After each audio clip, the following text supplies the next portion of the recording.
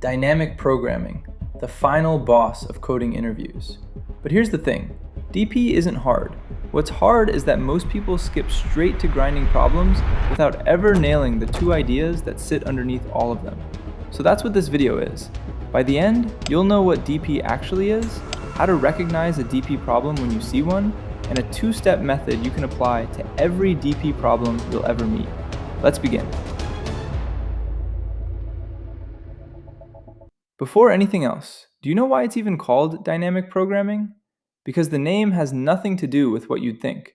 It was coined by Richard Bellman. Yes, the Bellman behind the Bellman-Ford shortest path algorithm. He was a mathematician at the Rand Corporation in the 1950s, back when computers were still in their infancy. By programming, he didn't mean coding. He meant planning and decision-making, the same way the military uses the word. So why dynamic?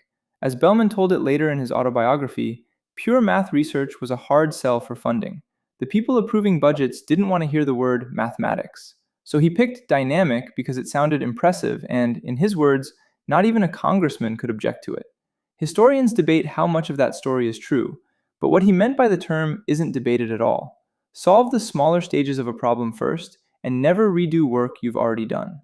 And that's really all DP is. Take a big problem, break it into smaller pieces, solve each piece exactly once, and remember the answer so you never solve it again. Think about planning the shortest driving route from San Francisco to San Diego. That route passes through LA, so the problem splits in two: the shortest way from SF to LA and the shortest way from LA to SD. And the shortest full route is exactly the shortest SF to LA leg plus the shortest LA to SD leg. You don't replan the whole trip. You solve two smaller legs, and the big answer falls right out of them. Now the classic example, Fibonacci. Every number is the sum of the two before it. 0, 1, then 0 plus 1 equals 1, then 1 plus 1 equals 2, then 1 plus 2 equals 3, and so on. Ask for fib 5, and that's fib 4 plus fib 3. Ask for fib 4, and that's fib 3 plus fib 2. You keep breaking it into smaller versions of the same question. Here's the problem. Solve this with plain recursion. The function keeps calling itself and never remembers anything. And watch what happens. Fib 6 needs fib 5 and fib 4. But fib 5 itself also needs fib 4. So fib 4 gets computed from scratch twice. And everything inside fib 4 gets recomputed twice too. Just to get fib 6, you end up making 25 separate function calls. Scale that up. To compute fib 50, plain recursion makes roughly 40 billion function calls. 40 billion for one number.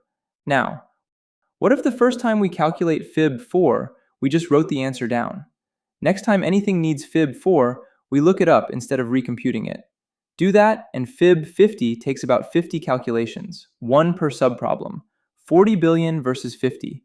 Same problem, same answer, a tiny fraction of the work. That trick, writing answers down so you never repeat work, has a name: memoization. And it's the engine behind all of DP. Okay, so when do you actually reach for DP? Two signals. Signal 1, the wording. DP problems almost always ask for one of three things. Find the maximum or minimum, the longest, shortest, cheapest, most profitable something. Count the number of ways to do something. Or, is it possible to do something? A yes or no answer. See any of these asked about a sequence, an array, a string, a grid, and DP should be on your shortlist. Signal 2, and this is the one most people skip. Greedy doesn't work. For counting problems, greedy isn't even an option. But max and min problems? A greedy algorithm. Always grab the locally best option. Solves plenty of those. And when greedy works, you don't need DP. So test it. Try a greedy idea and hunt for a counterexample. Here's what that looks like. Make the amount 6 using coins worth 1, 3, and 4, with as few coins as possible. Greedy says, grab the biggest coin first. A 4, then a 1, then another one. 3 coins. But the real answer is 3 plus 3. 2 coins. Grabbing the 4 locked us out of the best answer. The moment you find a counterexample like that, you know, locally best choices aren't enough. You have to consider multiple options at every step and combine the results. That's exactly what DP does. So, DP keywords plus greedy provably failing. Both boxes ticked? You're looking at a DP problem. Now let's solve it. Every DP problem comes down to the same two steps. Step 1. Define the subproblem. Put into words the smaller version of your problem, plus your base cases, the smallest versions you can answer instantly. For Fibonacci, let fib I be the ith number in the sequence, with fib 0 equals 0 and fib 1 equals 1 as base cases. Step 2. Find the formula that connects them. How is the answer to the current question built from smaller versions of itself? For Fibonacci, fib I equals fib I minus 1 plus fib I minus 2. This formula has a formal name you'll see everywhere, the recurrence relation. Finding it is the actual work of every DP problem. Once you have it, the rest is bookkeeping. By the way, those academic terms you've probably heard, overlapping subproblems and optimal substructure, you just did both. Overlapping subproblems is the formal way of saying the same small question keeps coming back, so memoization pays off. Optimal substructure is the formal way of saying your recurrence relation is valid. The best big answer really is built from the best small answers. One warning though, not every problem has a valid formula. Cheapest flight from New York to San Francisco, connecting through Chicago?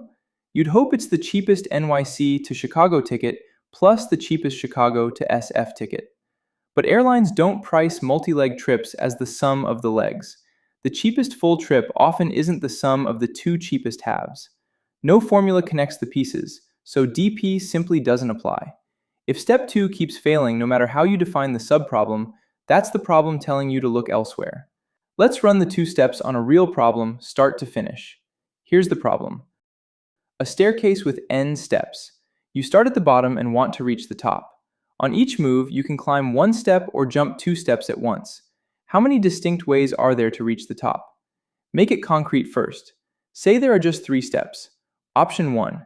Climb 1, then 1, then 1. Option 2. Climb 1, then jump 2. Option 3. Jump 2, then climb 1.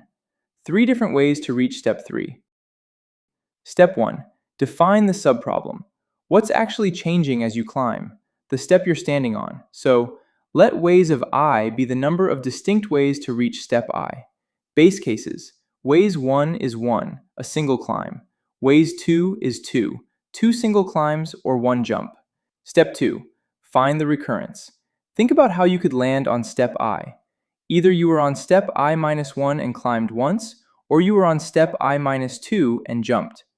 So every way of reaching step I minus 1 becomes a way of reaching step I, and every way of reaching step I minus 2 does too, which gives us ways of I equals ways of I minus 1 plus ways of I minus 2.